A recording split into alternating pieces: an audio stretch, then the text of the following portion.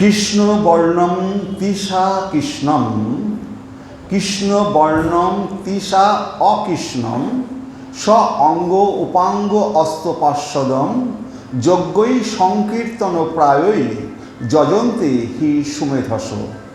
কৃষ্ণ বর্ণ তিসা অকৃষ্ণম, স অঙ্গ উপাঙ্গ অস্তপার্শ্বদম, যজ্ঞৈ সংকীর্তন প্রায়ই যজন্তে হি সুমেধস। এই কলিযুগে সুমেধা সম্পন্ন ব্যক্তিগণ অবিরাম কৃষ্ণ কীর্তনকারী ভগবানের অবতারকে আরাধনা করার জন্য সংকীর্তন যজ্ঞের অনুষ্ঠান করেন। যদিও তার গায়ের বর্ণ অকৃষ্ণ, তবু তিনি স্বয়ং শ্রীকৃষ্ণ। তিনি তার সঙ্গী, সেবক, অস্ত্র এবং অন্তরঙ্গে পার্শ্বদে পরিবৃত। এটা চৈতন্য মহাপ্রভুর কথা বলা হচ্ছে। কৃষ্ণ বর্ণম তিসা অকৃষ্ণম, তিনি কৃষ্ণ কিন্তু তার গায়ের বর্ণ অকৃষ্ণ, কৃষ্ণ নয়, গায়ের বর্ণ গৌর। তাই বলছে কৃষ্ণ বর্ণম তিসা অকৃষ্ণম, স অঙ্গ উপাঙ্গ অস্তপার্শ্বদম, যজ্ঞৈ সংকীর্তন প্রায়ই যজন্তে হি সুমেধস। এই চৈতন্য মহাপ্রভু, এই যে অকৃষ্ণ এই চৈতন্য মহাপ্রভু, একে কারা ভজনা করে? সংকীর্তন যজ্ঞের দ্বারা। সংকীর্তন যজ্ঞ কি? হরে কৃষ্ণ কৃষ্ণ কৃষ্ণ হরে হরে, হরে রাম রাম রাম হরে হরে। এই সংকীর্তন যজ্ঞের দ্বারা কারা তার পূজা করে? সুমেধা সম্পন্ন ব্যক্তিরা। সুমেধা বলতে জ্ঞানী ব্যক্তিরা। এখানে জ্ঞানী বলতে পিএইচডি ডিগ্রি থাকতে হবে তার সেই জ্ঞানী নয়। এখানে জ্ঞানী বলতে যে বুঝেছে ওই দ্বিভুজ মুরলী শ্যামসুন্দর শ্রীকৃষ্ণ ছাড়া আমাকে বাঁচানোর আর কেউ নেই। দ্রৌপদীর রাজসভায় দ্রৌপদীর বস্ত্রহরণ হচ্ছে, তার পাঁচটা স্বামী তারা বসে আছে মাথা নিচু করে, ভীষ্মের দিকে তাকাচ্ছে, দ্রোণাচার্যের দিকে তাকাচ্ছে, ধৃতরাষ্ট্রের দিকে তাকাচ্ছে। রাষ্ট্র দেখলো কেউ আমাকে রক্ষা করতে পারবে না, ওই কৃষ্ণ ছাড়া, ওই গোবিন্দ ছাড়া। যখন সবার কাছে হাত পেতে কিছু পেল না, তখন দ্রৌপদী হা গোবিন্দ করে যখন হাত তুলল, তখন একমাত্র গোবিন্দই কিন্তু তাকে রক্ষা করতে এসেছিল। তাই আজকে আমাদের সামনে যত বিপদ আসুক এই কলিযুগে, এটা হচ্ছে যখনই আমরা জন্মগ্রহণ করেছি, এটা আমরা বিপদের জায়গাতেই জন্মগ্রহণ করেছি।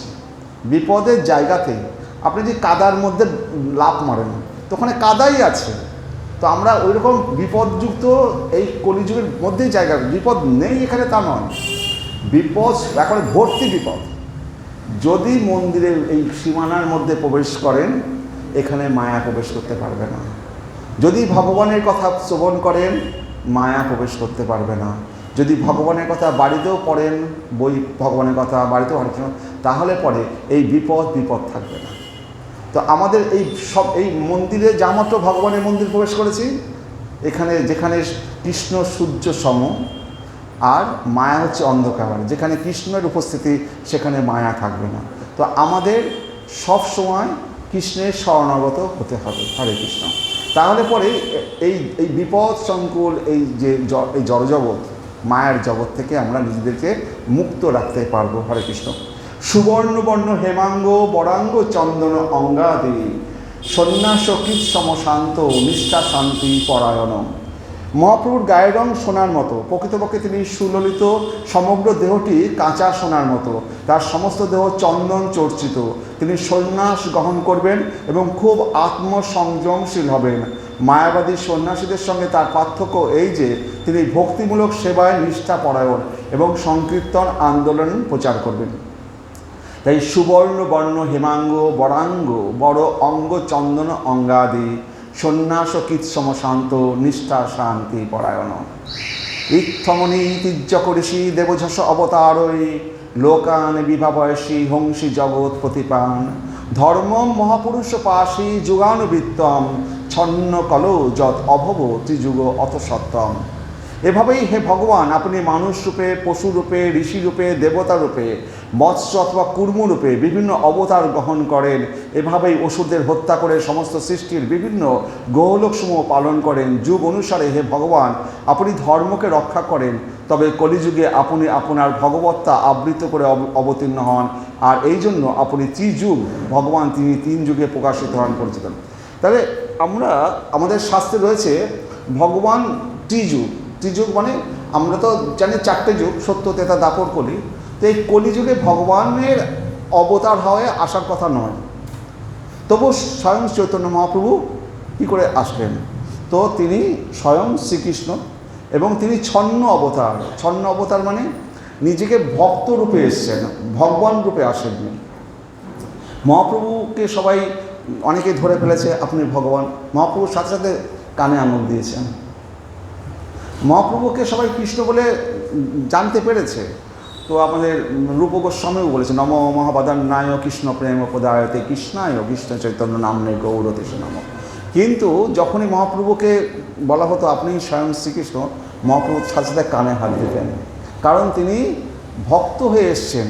স্বয়ং ভগবান শ্রীকৃষ্ণ ভক্ত হয়ে এসছেন। আমরা কি করে ভগবানকে পুজো করব, ভগবানকে সেবা করব, সেইটা আমাদের শেখানোর জন্য।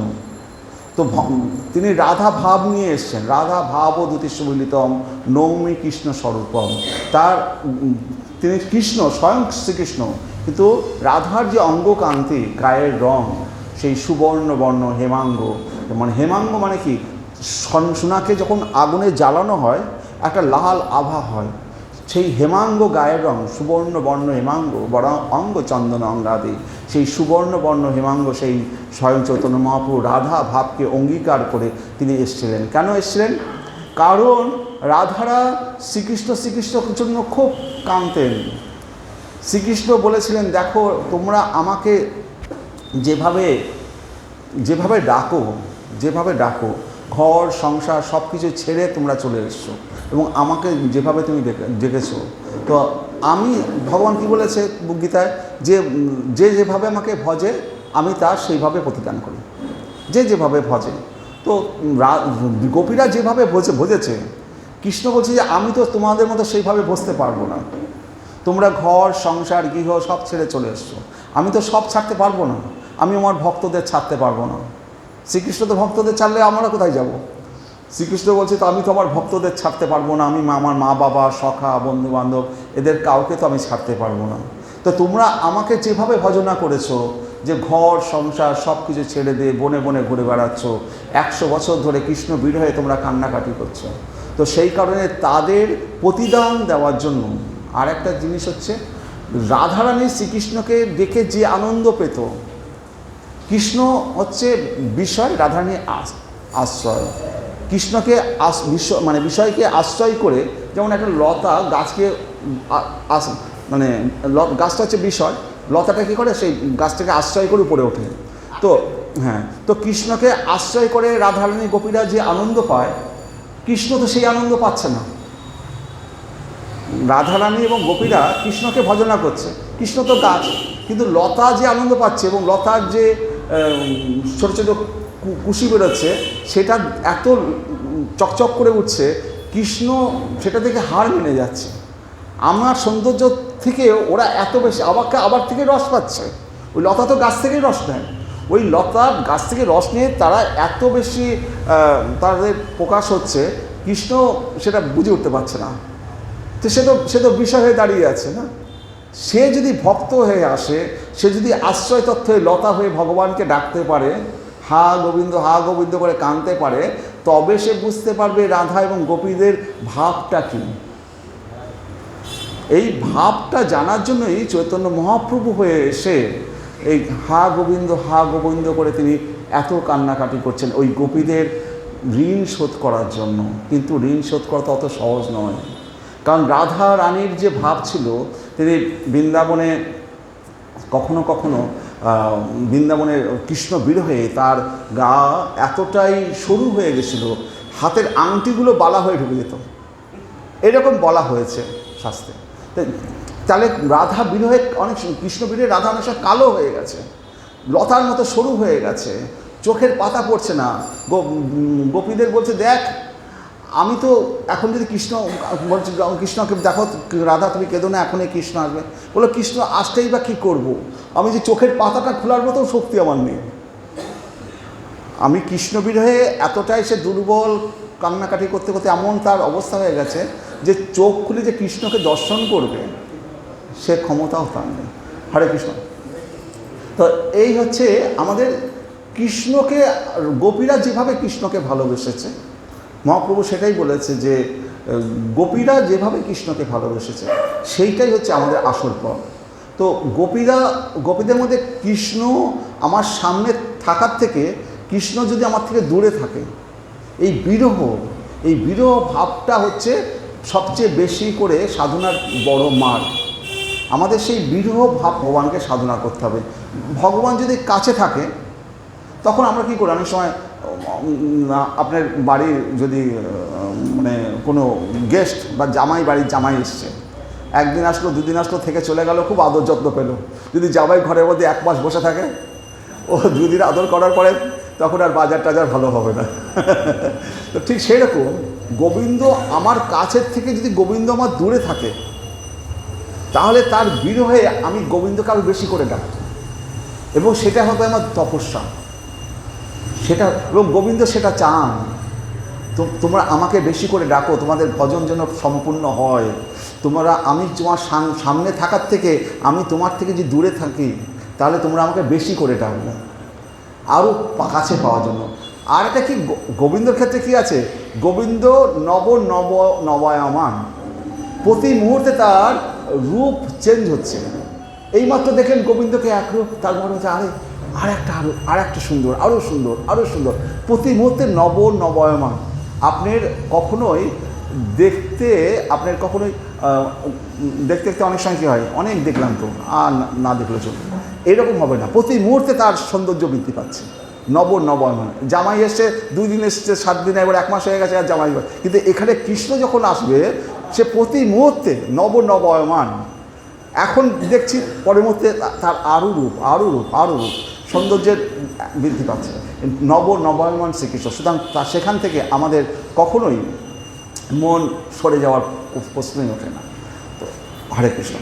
তো এই জড়দেহ থাকলে আমরা কি আছে, এই যে আমরা ভগবানের যে বই পড়ছি, গীতা 700 শ্লোক আছে। আজ থেকে 5000 বছর আগে কৃষ্ণ কুরুক্ষেত্রের যুদ্ধে গীতা অর্জুনকে দিয়েছে। তো আজ পর্যন্ত কেউ গীতার একটা লাইন শব্দ চেঞ্জ করতে পেরেছে যে এই জায়গাটায় আকারটা ভুল হয়েছে, এই জায়গাটা এই শব্দটা না বসিয়ে অন্য একটা শব্দ বসানো যেত? কারণ ভগবান যদি কিছু রচনা করে, ভগবানের মুখ দিয়ে যদি কিছু প্রকাশিত হয়, সেখানে মানে ভ্রম, প্রমাদ, কারণাপটা, বিপ্র, রপসা, এই 4 রকম প্রমাদ আছে। এই 4টে প্রমাদ তার হয় না, কারণ তার তো চৈতন্য, সে এই জড়জগতের নয়। আমরা যদি কিছু দেখি, এক জায়গায় পাহাড়ে দেখলাম ধোঁয়া উঠছে, তো আমরা কি ভাববো, ধোঁয়া উঠছে, ওখানে আগুন লাগতে পারে, তাই ধোঁয়াচ্ছে।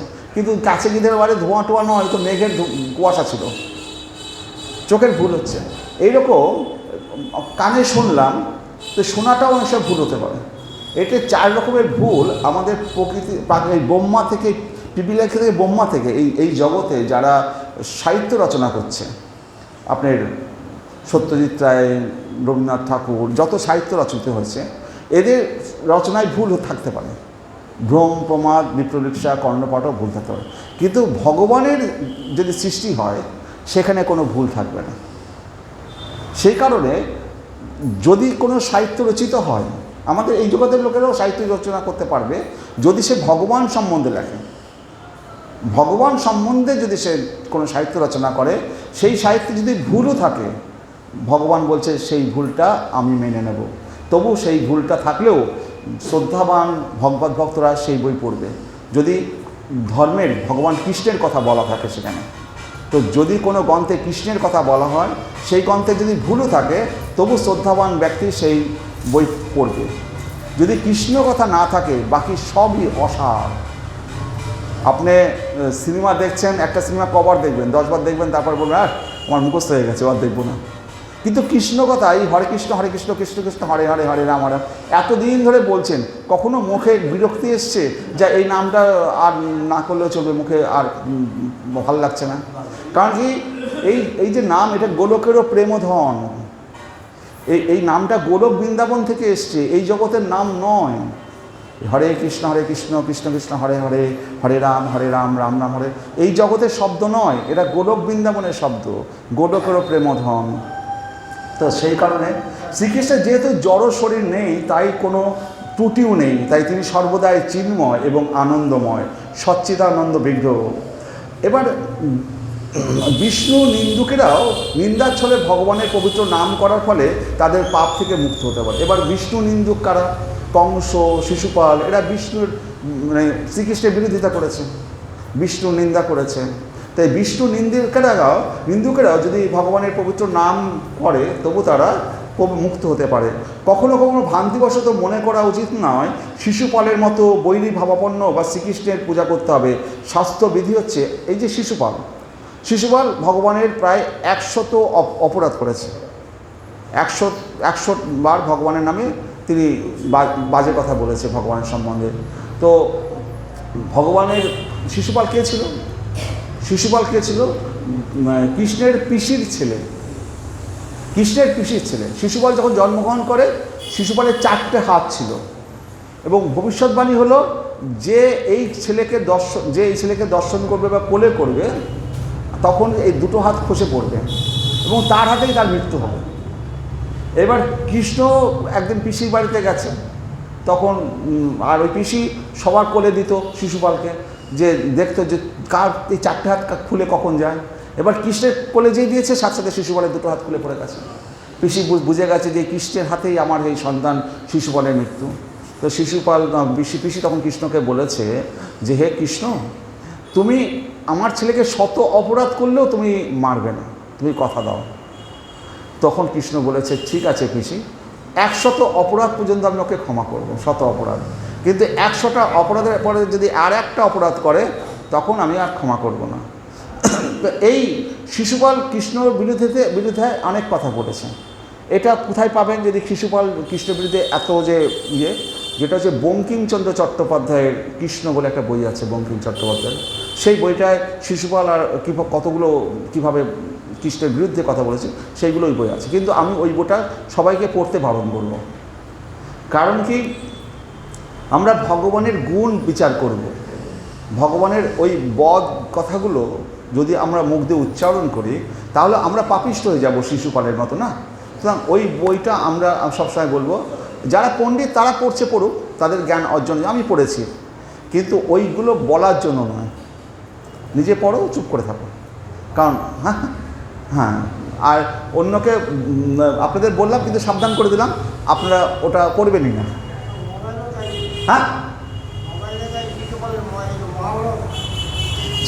সে দিক, কিন্তু আমাদের যেটা দরকার, আমরা খারাপ জিনিস শুনবো কেন? হরে কৃষ্ণ, আমরা ভগবানের গুণলীলা শুনবো। হ্যাঁ, এবং শিশুপালের ওই খারাপ গুণগুলো বলার জন্যই তো তাকে শাস্তি পেতে হবে। তাই বলছে কখনো ভ্রান্তিবশত মনে করা উচিত নয় যে শিশুপালের মতো বৈরী ভাবাপন্ন হয়ে শ্রীকৃষ্ণের পূজা করতে হবে। হ্যাঁ, এইরকম যেমন কংস বৈরী ভাবাপন্ন হয়ে প্রতি মুহূর্তে অসুর পাঠাতো, কিন্তু সবসময় শ্রীকৃষ্ণের কথা চিন্তা করতো। এইভাবে এই প্রতিকূলভাবে হ্যাঁ আমরা ভগবানের সেবা করব না, প্রতিকূলভাবে। তাই বলছি যে আনুকূল্যস্য মানে অনুকূল ভাব। শরণাগতির একটা কথা আছে যে সরাঙ্গ শরণাগতি হইবে যাহার, যে শ্রীকৃষ্ণ চৈতন্য প্রভু জীবে দয়া করি, সপার্শ্বদ শিরধাম সহ অবতরী, অত্যন্ত দুর্লভ প্রেম করিবারে দান, শিখায় শরণাগতি ভকতের প্রাণ, দৈন্য আত্মনিবেদন গোপ্তিত্বে বরণ, অবশ্য রক্ষিবে কৃষ্ণ বিশ্বাস পালন, ভক্তি অনুকূল মাত্র কার্যের শিকার, ভক্তি প্রতিকূল ভাব বর্জনাঙ্গীকার। তাহলে এই সরাঙ্গ শরণাগতি হইবে যাহার, তার প্রার্থনা শোনেন শ্রী নন্দকুমার, রূপ সনাতন পদে দন্তে তিন করি, ভকতি বিনোদ পরে দুহ পদ ধরি, কাঁদিয়া কাঁদিয়া বলে আমি তো অধম, শিখায় শরণাগতি করহে উত্তম। তাহলে এই যে ভক্তি অনুকূল মাত্র কার্যের শিকার, ভক্তি প্রতিকূল ভাব বর্জনাঙ্গীকার। তো ভক্তির অনুকূল যেটা হবে, যেখানে কৃষ্ণ কথা হবে সেখানে ছুটে যাব, যেখানে কৃষ্ণ কথা হবে না, ভক্তির প্রতিকূল যা কিছু হবে সেখানে আমরা দূরে থাকব। তাই বলছি যে এই যে শিশুপাল কংস এরা ভক্তির প্রতিকূলভাবে ভগবানের সাধন দেখে এরা উদ্ধার পেয়ে গেছে।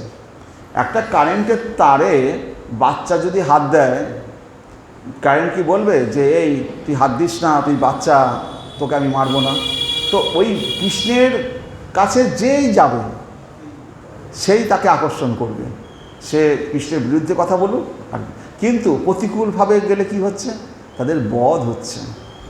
সেই কৃষ্ণ সকলকেই তো বধ করছে, তিনি কাল কিন্তু বিড়াল যখন তার নিজের সন্তানকে গ্রহণ করছে, তার দাঁতটা কি বিড়ালের বাচ্চার গায়ে বসছে না।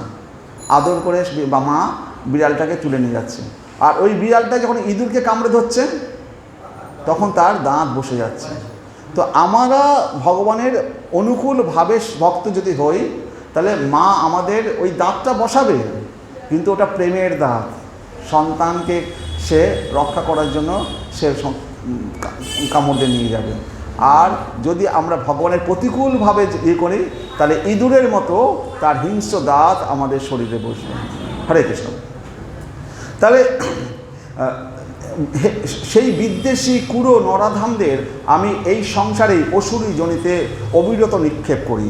বলছে আমাদের গীতার একটা শ্লোক আছে 16 অধ্যায়ের 19 নম্বর শ্লোক, তানহম দিশত কুরান সংসারেষু নরাধমম ক্ষিপামি অজস্রম অশুভান আসুরীষু এবজনেষু। সেই বিদ্বেষী কুড়ো নরাধমদের আমি এই সংসারেই অশুভ জনিতে অবিরত নিক্ষেপ করি। যারা কৃষ্ণ বিদ্বেষী তাদেরকে ভগবান শ্রীকৃষ্ণ কী করে, বারবার এই পৃথিবীতে তাদের মানে খারাপ জনিতে জন্মগ্রহণ করায়, তারা জন্ম মৃত্যুর কষ্টে তারা ভোগ করে। তাহলে হে কৌন্তেয়, জন্মে জন্মে অসুরজনী প্রাপ্ত হয়ে সেই মূঢ় ব্যক্তিরা আমাকে লাভ করতে অক্ষম হয়ে তার থেকে অধম গতি প্রাপ্ত হয়। যারা ভগবানের প্রতি বৈরী ভাব পোষণ করে, তারা যা কিছু করে তার সবই ব্যর্থ হয়।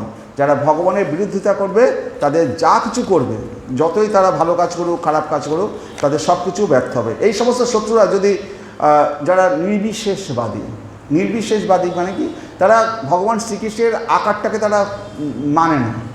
তারা মনে করে কৃষ্ণ হচ্ছে ব্রহ্ম, তার নিরাকার, তার হাত নেই পা নেই, হ্যাঁ, তারা নিরাকার ব্রহ্ম জ্যোতির তপস্যা করছে। হরে কৃষ্ণ। তারা বড় বড় বই পড়ছে ব্রহ্মের ওপর। এরা হচ্ছে নির্বিশেষবাদী। আমাদের শঙ্করাচার্য নির্বিশেষবাদী ছিলেন। শেষ সময়ে তিনি কৃষ্ণকে মেনেছিলেন, সেই কারণে তিনি ভজ গোবিন্দাম শঙ্করাচার্য গানটা লিখেছেন।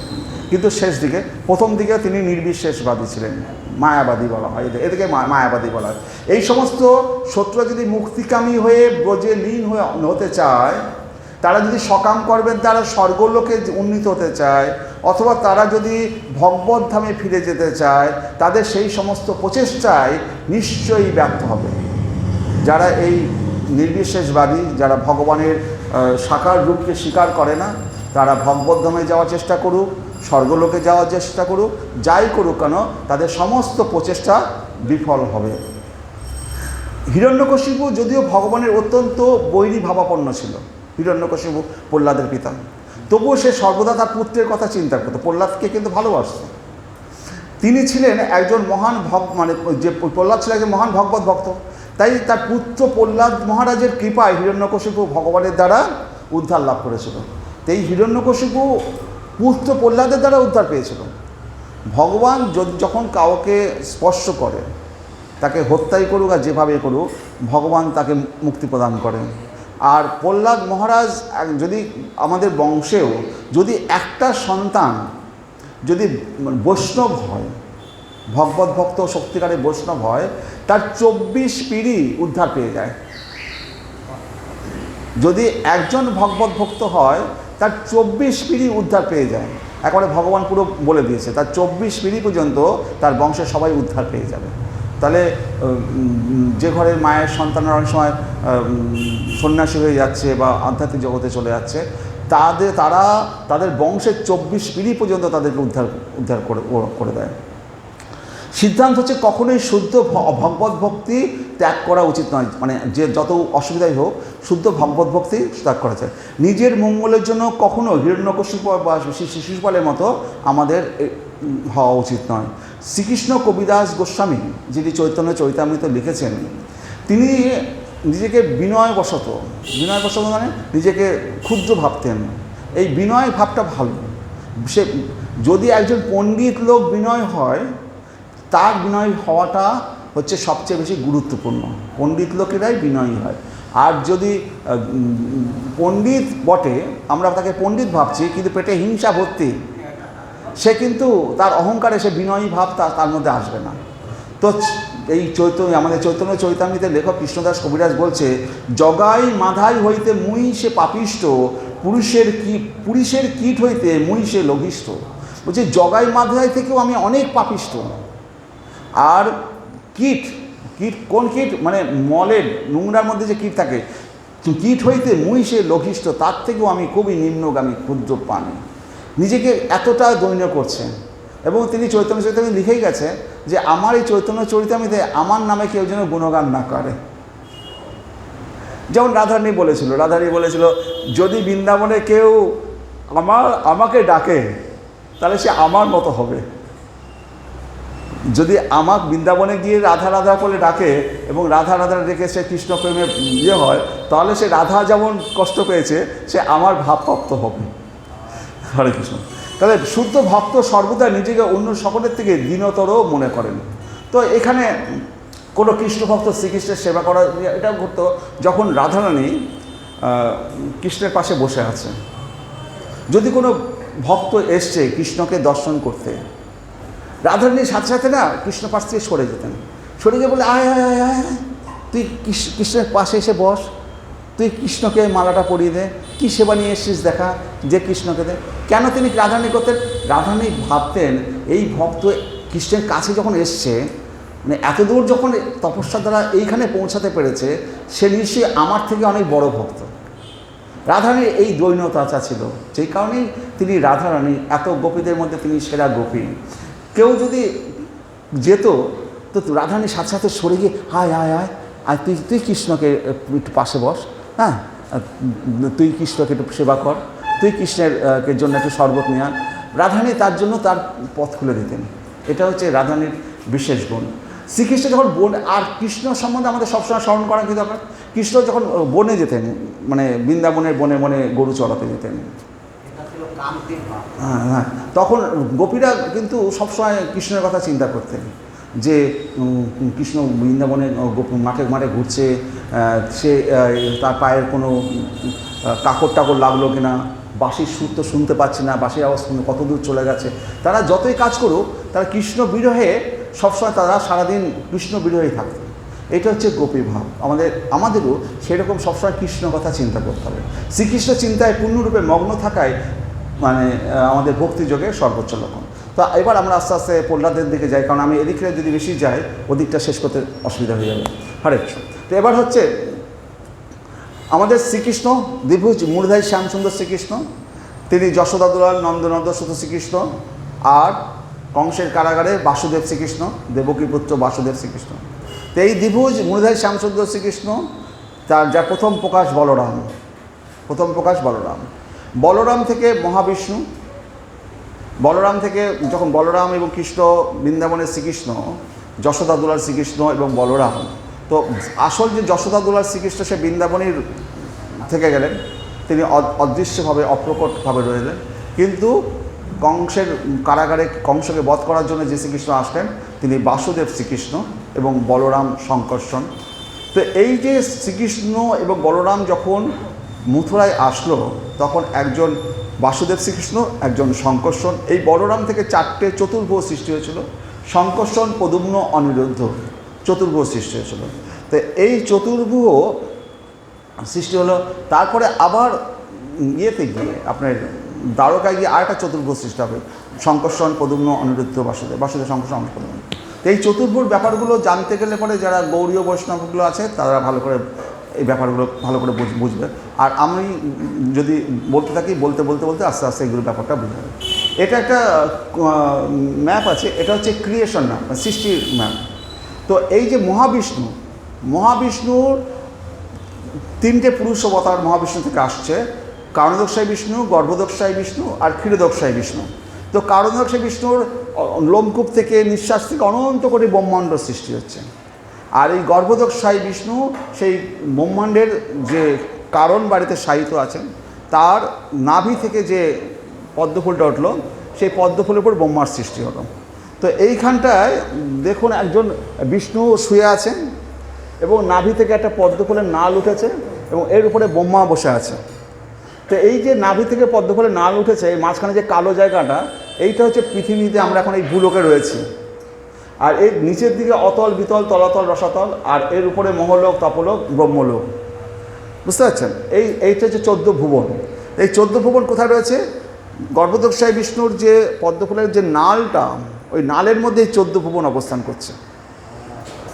গর্ভদক্ষায় বিষ্ণুর যে পদ্মফুলের নাল, এই নালের মধ্যে 14 ভুবন অবস্থান করছে।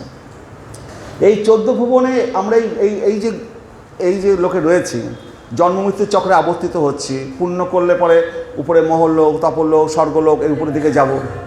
আবার পুণ্য শেষ হলে আবার এই পৃথিবীতে আসব, বা পাপ করলে নরকে যাব। এই 14 ভুবনে আমরা ঘুরপাক করতে থাকবো।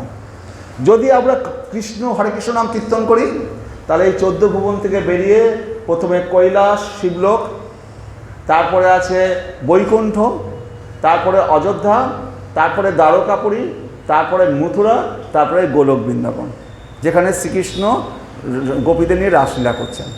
তাহলে আমাদের মূল টার্গেট এইখান থেকে এই গোলক বৃন্দাবনে আমাদের যেতে হবে। যেন তেন প্রকারণ। যেন তেন প্রকারণ কি? আমাদের যেন তেন প্রকারণ বলতে হরে কৃষ্ণ নাম করব, মন্দিরে আসব, শ্রবণ কীর্তনে থাকবো, রাত দিন কৃষ্ণ কথা চিন্তা করার চেষ্টা করব, তাহলে হবে। হরে কৃষ্ণ। তো আমাদের জন্য ওই বিরাট বড় তপস্যা করতে হবে না। তাহলে তো এইবার হচ্ছে আমরা যখন এই গর্ভদক্ষায় বিষ্ণু নাভি থেকে ব্রহ্মার সৃষ্টি হলো, ব্রহ্মার সৃষ্টি হয়ে ব্রহ্মাকে আদেশ করা হলো। ব্রহ্মা তো প্রথমে জানতেই পারলেন আমি কোথা থেকে এসেছি। তিনি দীর্ঘ বছর, লক্ষ লক্ষ কোটি কোটি বছর তপস্যা করেছিলেন। তো ব্রহ্মার 1000 বছর তপস্যা করেছিলেন। তো সেই ব্রহ্মা তারপরে জানতে পেরেছিলেন বিষ্ণু, মানে গর্ভদক্ষায় বিষ্ণুকে। তো গর্ভদক্ষায় বিষ্ণু বলল যে তুমি প্রজা সৃষ্টি করো জগৎ। তো ব্রহ্মা বললেন যে প্রজা সৃষ্টি করবো, আমার শক্তি কোথায়? বলে আমি সব শক্তি তোমাকে দিয়ে দিয়েছি, তুমি করে। এবার প্রজা সৃষ্টি করতে এসে ব্রহ্মা দেখছে পৃথিবীই নেই। তো কোথায় সৃষ্টি করবেন? এইখানটায় ঘটনাটা কী ঘটেছিল যে আমাদের ব্রহ্মার মানে প্রথম পুত্র হচ্ছে মানে পৃথিবী নেই। তখন ভগবানকে বললেন যে আমি তো পৃথিবী দেখতে পাচ্ছি না, আমি সৃষ্টিটা করবো কোথায়? তখন ব্রহ্মার নাক দিয়ে একটা ছোট্ট শুকর বড় মূর্তি রূপ বোঝা বেরোলো, বেরিয়ে বিশাল আকার ধারণ করলো। করে সেই বড়, কারণ কি ওই পৃথিবীটাকে হিরণ্যাক্ষ একবারে পাতাল লোকে নিয়ে গিয়ে জল কাদার মধ্যে চুবিয়ে রেখে দিয়েছে। তো এই বড় ছাড়া তো জল কাদার মধ্যে কে খেলা করবে? তো বড় রূপ আকার ধারণ করে ভগবান সেই পাতালে গিয়ে সেই পৃথিবীকে তুলে নিয়ে এসে আমাদের এখানে স্থাপন করলেন। সেই সময় হিরণ্যাক্ষর সাথে ভগবানের যুদ্ধ হয়েছিল এবং যুদ্ধে ভগবান হিরণ্যাক্ষকে পরাজিত করলেন। এইবার তারপরে ব্রহ্মার মানসপুত্র 4 জন, সনক, সনাতন, সনন্দন আর সনত কুমার। এই 4 জন মানসপুত্র। তো এরা ব্রহ্মা সৃষ্টি করার পর বললো যে আমাকে তো ভগবান আদেশ করেছে প্রজা সৃষ্টি করার, তোমরা বিয়ে করো, সংসার করো, প্রজা সৃষ্টি করো। আমি তোমাদের সৃষ্টি করেছি, তোমরা এবার প্রজা সৃষ্টি করবে, প্রজা সৃষ্টি বিয়ে কোথা? তারা বললো যে আমরা সংসার করব না, আমরা ব্রহ্মচর্য পালন করব, আমরা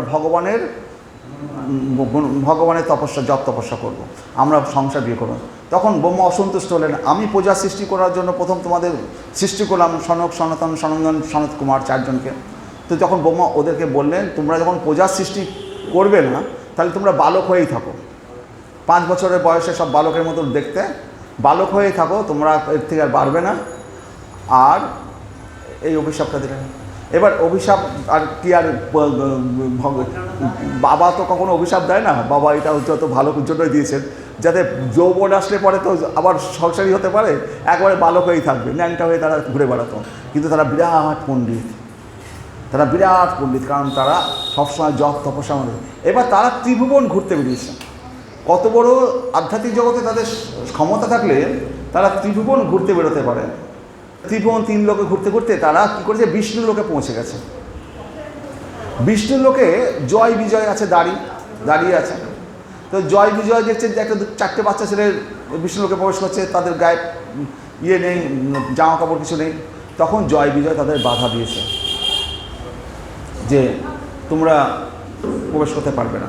তো কি বাধা দিয়েছে, কি বলে, কি শ্লোকটা কী আছে, অসপন কপিতা এবং যুবম। তখন এই 4টে বালক যে সনক, সনন্দন, সনত কুমার 4 জন, তারা তখন রেগে গেছে যে তোমার তো বোঝা উচিত ছিল এই ত্রিভুবন লোক পার হয়ে সশরীরে যে বিষ্ণুলোকে পৌঁছাতে পারে, বৈকুণ্ঠলোকে পৌঁছাতে পারে, সে তো সাধারণ বাচ্চা নয়। তোমার তো সেটা বোঝা উচিত, কিন্তু তুমি কি করেছো? মূর্খের মতো তুমি আমাদেরকে প্রবেশ করতে দিচ্ছ না। হ্যাঁ, তাই এই চারটে বালক বলছে, অসপন কুপিতা এবং যুবম বাসম ন চ অহর্ত রজতমভ্যাম রহিতে পাদমূলে মধুদ্দিশ পাপিষ্টাম আসরিম জনিম বলিস জাতম আসত। হে বালিশ, হে মূর্খ দ্বারপালদ্বয়, তোমরা রজ এবং তমগুণের দ্বারা প্রভাবিত, তাই তোমরা নির্গুণ ভগবানের এই রজতম পাদমূলের আশ্রয়ে থাকার অযোগ্য। তোমরা এক্ষুনি জড়জগতে পাপিষ্টা অসুরী জনিতে জন্মগ্রহণ করো। বলল, হে মূর্খ দ্বারপালদ্বয়, তোমরা রজ এবং তমগুণের দ্বারা প্রভাবিত। তোমাদের এই ভগবানের নির্গুণ ভগবানের এইরকম ভক্তির জায়গায় তোমাদের এইরকম পাপিষ্ট মন রজতমর দ্বারা তোমরা আক্রান্ত, তোমাদের এখানে থাকার যোগ্যতা নেই। তোমরা এক্ষুনি তোমরা পৃথিবীতে গিয়ে অসুর জনিতে তোমরা জন্মগ্রহণ করো। এবার এই যে অভিশাপটা দিল, সাথে সাথে যে ভগবান ভিতরে লক্ষ্মী দেবী তার পদসেবা করছিল, ভগবান সেইখানে একবারে খরম টরম না পড়ে, একবারে গায়ে যে তার ইয়ে থাকে, উত্তরীয় থাকে, সেগুলো না পড়ে সেখানে ছুটে এসেছেন। এসে ওই সনক সনত কুমারের সামনে যখন দাঁড়িয়েছেন, তো সনক সনাতন কুমার যখন ভগবানকে দর্শন করছেন এই প্রথম, তাদের দেখার পরে তাদের মন এখন উৎফুল্ল হয়ে উঠেছে, এ কী দর্শন করছে। তখন তারা বলছে যে, ভগবান, আমি তো আপনার দ্বারপাল দুজনকে অভিশাপ দিয়ে ফেলেছি, আমাদেরকে ক্ষমা করবেন। তখন ভগবান বললেন, না না না, তোমরা অভিশাপ দিয়েছ আমারই ইচ্ছার দ্বারা। আমি চেয়েছি ওদের এই অভিশাপটা পাওয়া দরকার। এর আগে ওরা অন্যায় করেছিল লক্ষ্মী দেবীর কাছে, সুতরাং ওদের অসুর জনিতে জন্মগ্রহণ করাটা যে তোমরা অভিশাপ দিয়েছ, এটা আমার ইচ্ছাতেই হয়েছে, সুতরাং তোমাদের কোনো দোষ নয়। আর এই সনক সনাতন সনত কুমার ভগবানের গায়ে পায়ে যে তুলসী পাতা ছিল, গায়ের যে তুলসী পাতা ছিল, তুলসীর সুগন্ধে তারা ভক্তিতে পরিণত হবে। সেই কারণে আমরা যখন মন্দিরে আসব, যে তুলসী পাতা থাকে, ফুল থাকে না, তার সুগন্ধ আমাদের শুকা দরকার। কারণ ওর দ্বারা এই সনক সনাতন সনত কুমার তারা ভক্ত হতে পেরেছিলেন। যে ভগবানের যে তুলসী পাতা দেখবেন তারা সবাই নাকে নিয়ে শোকে, এবং ভোরবেলায় যখন আমাদের এই যে তুলসী বেদি ইয়ে হয়, তখন এই ভগবানের চরণের ফুল নিয়ে এসে সবাইকে শুকতে দেওয়া হয়। এই ভগবানের চরণের ফুল তুলসী মানে ভগবানের চরণের তুলসী নিয়ে এসে সবাইকে শুকতে দেওয়া হয়, তাহলে ভক্তি বৃদ্ধি প্রাপ্ত হয়। এটা আপনারা ইস্কনে গেলেই দেখতে পাবেন, যদি মায়াপুরে ভোরবেলায় কখনো দেখবেন যে ওরকম তুলসী নিয়ে এসে, বা কলকাতা ইস্কনে যে ভোরবেলা যান, তুলসী নিয়ে এসে নাকি শুকাবে, তুলসী পাতা ফুল নিয়ে এসে। তাই বলছে যে, হে বালিশ মূর্খ পদার্পল, তোমরা রজ এবং তমগুণের দ্বারা প্রভাবিত, তাই তোমরা নির্গুণ ভগবানের এই পাদমূলে আশ্রয় থাকার অযোগ্য। তোমরা এক্ষুনি জড়জগতে পাপিষ্ঠ অসুরীতে জন্মগ্রহণ করো। এইবার এই যে হিরণ্যাক্ষ আর হিরণ্যকোষ, মানে জয় আর বিজয়, তো জয় আর বিজয় 3 জন্ম, তারা এই 3 জন্মের পর তোমরা আবার এই বৈকুণ্ঠে আসতে পারবে, তারা বলল। আর বলল কি, ভগবান বলল যে, তোমরা যদি আমার বিরুদ্ধে অসুর কুলে জন্মগ্রহণ করো, অসুর কুলে জন্মগ্রহণ করে আমার সাথে আমার বিরোধিতা করো, তাহলে তোমরা 3 জন্মে উদ্ধার পাবে। আর যদি আমার ভক্ত হয়ে জন্মগ্রহণ করো, তাহলে তোমাদের অনেক জন্ম লাগবে। ওরা বললো যে, ভগবানের বিচ্ছেদে আমরা থাকতে পারবো না, তো আমাদের অসুর কুলে জন্মগ্রহণ হোক, আমরা ভগবানের বিরোধিতা করব, আর আমরা 3 জন্মের মধ্যে আমরা উদ্ধার পেয়ে আবার বৈকুণ্ঠে আসতে চাই। সেই কারণে প্রথমে আপনি হিরণ্যাক্ষ এবং হিরণ্যকশিপু জন্ম হলো দিতির এবং কাশ্যপের সন্তান হয়ে, দিতির গর্ভে। তারপরে দ্বিতীয় রাবণ এবং কুম্ভকর্ণ জন্ম হয়েছিল কেশিনীর গর্ভে, বিশ্বস্তবা ঋষির পুত্র হয়ে রাবণ আর কুম্ভকর্ণ। আর তৃতীয় শিশুপাল দন্তবক্র, এটা হচ্ছে কৃষ্ণের মাতৃশশা, পিসির ঘরে জন্মগ্রহণ করেছিল এই 2 অসুর, মানে ক্ষত্রিয় হয়ে। তাহলে এই যে জয় এবং বিজয়, এরা 3টে জন্ম পৃথিবীতে আসলো। প্রথমে হিরণ্যকশিপু, তারপরে রাবণ কুম্ভকর্ণ, যাদেরকে রাম বধ করেছিল, তারপর হচ্ছে শিশুপাল আর দন্তবক্র। তো এইভাবে এই হিরণ্যাক্ষ এবং হিরণ্যকশিপু যখন দ্বিতীয় গর্ভে জন্মগ্রহণ করবে, তো দ্বিতীয় গর্ভে জন্মগ্রহণ করার কারণটা হচ্ছে কি, তো কাশ্যপ ঋষি সন্ধ্যার সময় তিনি যজ্ঞ করছিলেন, সেই সময় দিতি গিয়ে তার সঙ্গ চেয়েছিল। কাশ্যপ ঋষি বারণ করলো। এই সন্ধ্যার সময় স্বয়ং শিব তার অনুচর দিনে ঘুরে বেড়ায়, এই সময়ে এই সঙ্গ করা উচিত না। কিন্তু দিতি মানলেন না এবং তাদের সঙ্গের ফলে এই হিরণ্যাক্ষ এবং হিরণ্যকশিপু জন্মগ্রহণ করল।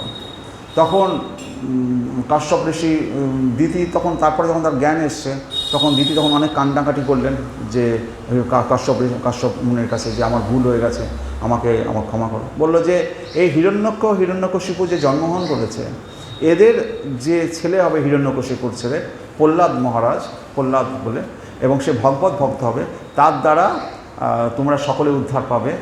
আর এই হিরণ্যাক্ষ আর হিরণ্যকশিপু ভগবানের হস্তে নিহত হবে। তো তখন দিতি সন্তুষ্ট হলেন, যাক ভগবানের হাতে আমাদের সন্তান মারা যাবে। সেই হিরণ্যাক্ষ যখন বড় অবতারে যখন পৃথিবীকে পাতালে রেখেছিল, সেই হিরণ্যাক্ষকে বধ করলো আমাদের বড় অবতার।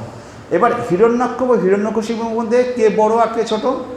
তো আগেকার দিনে হিরণ্যাক্ষ কিন্তু প্রথম সন্তান, যমজ ভাই, প্রথমে জন্মগ্রহণ করেছে হিরণ্যাক্ষ আর পরে জন্মগ্রহণ করেছে হিরণ্যকশিপু। তো যে প্রথমে জন্মগ্রহণ করেছে সে তো বড় ভাই হওয়ার কথা, কিন্তু যখন যমজ সন্তানের ক্ষেত্রে কি হয়, প্রথম যে ভ্রূণটা প্রবেশ করে সেটা পরে জন্মায়, আর পরে যে ভ্রূণটা প্রবেশ করে সেটা আগে জন্মায়। সেই কারণে হিরণ্যাক্ষ হচ্ছে ছোটো ভাই, হিরণ্যকশিপুর পরে জন্ম হলো, কিন্তু হিরণ্যকশিপু হচ্ছে বড় ভাই। দেখুন এই বিজ্ঞানটা সে 5000 বছর আগে আমাদের শাস্ত্রে লেখা আছে, এখন বিজ্ঞানীরা সেটা মানে। তাহলে তারা সেই সময় তারা এই শাস্ত্রটা জানতো। এই হিরণ্যাক্ষ ছোটো ভাই হওয়ার ফলেও সে এত শক্তিশালী ছিল, লাস্টে বড় অবতারে বিষ্ণু হাতে তার। এবার হিরণ্যকশিপু, তো এই সমস্ত অসুরেরা কিন্তু বিরাট জ্ঞানী হয়, এদের জ্ঞান সম্বন্ধে কিন্তু কোনো কথা বলা যাবে না। যেমন রাবণ ছিল বিরাট জ্ঞানী, রাবণ যখন মারা যায় রামচন্দ্র লক্ষ্মণকে পাঠাচ্ছে, যাও ওর কাছ থেকে জ্ঞান নিয়ে আসো। তাহলে কতটা বড় জ্ঞানী ছিল রাবণ। তো এই সমস্ত অসুরদের, কংসের, এদের জ্ঞানের কিন্তু অভাব নেই, এরা সব জানে, এদের জ্ঞানের। আপনার হিরণ্যাক্ষ বধ হয়ে গেছে, তখন হিরণ্যকশিপু চিন্তা করে দেখলেন এই যে শ্রীকৃষ্ণ বিষ্ণু, একে তো আমরা বধ করতে পারবো না, তাহলে একে বধ করার জন্য তাহলে আমাকে তপস্যা করতে হবে। তো তখন কি করলেন, তারপরে ওই হিরণ্যাক্ষের যে স্ত্রী ছিল এবং তার মাতা দিতিকে, যে হিরণ্যকশিপু যে বধ হয়েছে তার জন্য তারা যে দুঃখ পেয়েছে, তাদেরকে নানা রকম সান্ত্বনা দিতে লাগলো হিরণ্যকশিপু, যে দেখো এইভাবে মানুষের মৃত্যু হয়। হিরণ্যকশিপু তার মাতা দিতি এবং তার ভাতৃবধূ রুষা ভানুকে শোক নিবারণের জন্য সান্ত্বনা দিল। একটা হচ্ছে কুলিঙ্গ পক্ষীর সান্ত্বনা দিল, দুটো পাখি ছিল, তার মধ্যে এক মা পাখিটা এক মানে ব্যাঘের জালে ধরা পড়ে গেছে। তখন পুরুষ পাখিটা এসে কান্নাকাটি করছে, দেখো আমি আমার ঘরে সন্তান রয়েছে, তারা তুমি না গেলে তাদের খাবার তাকে বাঁচাতে পারবো না, আর তুমি এইরকমভাবে জালে পড়ে গেছো, আমি তোমাকে উদ্ধার করতে পারছি না।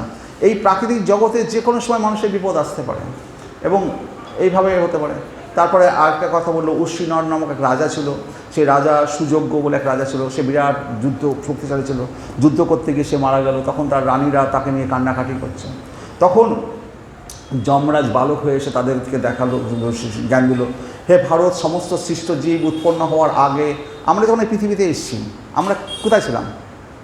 আমাদের কোনো রূপ ছিল, আকার ছিল, কিছু ছিল আমরা জানি না। তাহলে আমাদের প্রথমে হচ্ছে অপ্রকাশিত, হচ্ছে হে ভারত, মানে কৃষ্ণ অর্জুনকে বলছে সমস্ত সৃষ্ট জীব উৎপন্ন হওয়ার আগে অপ্রকাশিত ছিল, তাদের স্মৃতিকালে প্রকাশিত থাকে এবং বিনাশের পর আবার অপ্রকাশিত হয়ে যায়, সুতরাং সেই জন্য শোক করার কোনো দরকার নেই। কারণ আমরা প্রথমে অপ্রকাশিত ছিলাম, এই মাঝখানে আমরা এই শরীর ধারণ করেছি, এই শরীরটা এই জগৎ থেকে জল, মাটি, বায়ু, বাতাস, অগ্নির দ্বারা এই শরীরটা তৈরি হয়েছে, খাবার খাচ্ছি, শরীর পুষ্ট হচ্ছে, আবার শরীরটা ছেড়ে চলে যাব। এই আত্মাটা যেটা আমি, সেটা ক্ষুদ্রতম কণা, হ্যাঁ, সেই আত্মাটা যেমন অব্যক্ত ছিল সেরকম আবার অব্যক্ততে বিলীন হয়ে যাবে। আবার ভগবানের আমার জন্মকর্মের পুণ্যের ফলে আমি আবার কোনো দেহ পাবো, আবার তপস্যা করবো, এইভাবে চলবে।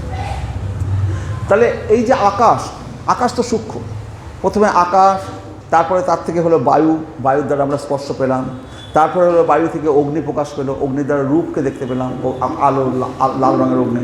তারপরে অগ্নি থেকে জল হলো, জলের থেকে রস পেলাম। তারপরে জল থেকে মাটি হলো, মাটি থেকে গন্ধ। যেমন মাটি থেকে গন্ধ কেন? গাছের যে ফুলের যে গন্ধটা সেটা মাটি থেকেই তো, ফুলটা কোথা থেকে গন্ধ পাচ্ছে? মাটি থেকে পাচ্ছে। হ্যাঁ, এবং মাটি থেকে এই সমস্ত প্রকৃতির সমস্ত কিছু সৃষ্টি হয়েছে। তাহলে সৃষ্টির পূর্বে এবং বিনাশের পর সমস্ত উপাদানগুলি অব্যক্ত থাকে। আমরা যখন এখানে এসছি মায়ের কোলের আগে, তখনও আমরা অব্যক্ত ছিলাম। আবার চলে যাওয়ার পরে আবার অব্যক্ত হব, আবার ভগবানের কৃপায় আমরা কর্ম অনুসারে আবার জন্ম। এইভাবে প্রতিটি বদ্ধজীবী তার কর্ম অনুসারে বিভিন্ন প্রকার দেহপ্রাপ্ত হয়, এবং কর্ম সমাপ্ত হলে তার শরীর বিনষ্ট হয়। আত্মা এই সমস্ত স্থূল সূক্ষ্ম দেহে অবস্থিত হলেও দেহের ধর্মে যুক্ত হয় না, কারণ আত্মা দেহ থেকে সম্পূর্ণরূপে ভিন্ন। তাহলে এই দেহটা তো আমি নই। সেই কারণে এইভাবে হিরণ্যকশিপু তার ভাতৃবধূকে এবং তার মাকে সান্ত্বনা দিয়ে তাদেরকে সান্ত্বনা দেন। হিরণ্যকশিপু এবার ঠিক করলেন তিনি মন্দার পর্বতে গিয়ে তিনি তপস্যা করবেন। তো মন্দার পর্বত উপত্যকায় পায়ের উপর আঙুলের উপর ভর করে দাঁড়িয়ে ঊর্ধ্ববাহু হয়ে এবং অবশেষে আকাশের দিকে দৃষ্টি নিবদ্ধ করে অত্যন্ত কঠোর তপস্যা করতে লাগলেন। এবং প্রায় সে 100 দিব্য বছর ধরে তপস্যা করেছিল। 100 দিব্য বছর। এই দিব্য বছর হচ্ছে কি, আমাদের ভগবানের দিব্য বছর মানে ওদের 6 মাস, মানে আমাদের এক দিন, মানে আমাদের একদিন ওদের 6 মাস, আমাদের একদিন মানে ওদের 6 মাস। ওদের 100 বছর মানে আমাদের 100 বছর হয়। আমাদের একদিন যদি 6 মাস হয়, তাহলে ওদের বছর কত বছর হচ্ছে? কত লক্ষ বছর হচ্ছে? এরকম 100 দিব্য বছর ওরা হিরণ্যকশিপু। এবং তপস্যা করতে যাওয়ার সময় সে তার যে স্ত্রী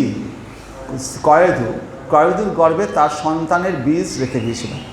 এবং সে যখন তপস্যা চলে গেছে, তখন যে ইন্দ্র দেবতারা এসে দেখলো যে এখন ও তপস্যায় গেছে, এখন এই রাক্ষসদের উপর আক্রমণ করে সমস্ত রাক্ষসদের মেরে কেটে এবার ওই কয়েদুকে ইন্দ্র তুলে নিয়ে যাচ্ছে। নারদমুনি রাস্তার মাঝখানে ধরেছে, হে ইন্দ্র, তুমি একটা পরের স্ত্রীকে তুলে নিয়ে যাচ্ছ, তোমার লজ্জা করা উচিত। তুমি স্বর্গের দেবতাদের রাজা, তুমি একজন পরের স্ত্রীকে। তো ইন্দ্র বলছে, আপনি নারদমুনিকে বলছে, আপনি মহাত্মা আছেন, আপনি খালি কৃষ্ণ কৃষ্ণ করেন, আপনার তো কী আছে, আপনার তো আর কোনো সমস্যা নয়। আমি তো স্বর্গের রাজা, এই রাক্ষসীরা আমাদের রাজত্ব বারবার কেড়ে নেয়, আমাদের ঘুম থাকে না, কখন ইন্দ্রপত্র চলে যায়, কখন ইন্দ্রের রানীকে তুলে নিয়ে যায় রাক্ষসীরা, এদের জ্বালায় তো আমরা মরি। আপনি তো সবসময় হরে কৃষ্ণ করেন, আপনার সংসারে ঘরে আপনার কি যায় আসে? বলছে, কেন তুমি এরকম কেন বলছো? বলছে, আর বলবেন না, এই যে কয়েদু, এর গর্ভে কার সন্তান আছে জানেন? সেই হিরণ্যকশিপুর সন্তান আছে। ওই রকম ভয়ঙ্কর রাক্ষসের সন্তান যদি আবার জন্মগ্রহণ করে, আর একটা ভয়ঙ্কর একটা অসুর সৃষ্টি হবে। আমাকে তাকে বধ করতে গিয়ে আমাদের জীব বেরিয়ে যাবে, বধ করতে পারবো কিনা তাও জানি না। তো এখনই যদি আমি কয়েদুকে নিয়ে যাই, সন্তান হওয়ার সাথে সাথে বালক অবস্থাতেই আমি ওকে যদি হত্যা করি, তাহলে পরে আমরা নিশ্চয়। নারদমুনি বলল, ওটা হবে না। তুমি কাকে নিয়ে যাচ্ছ?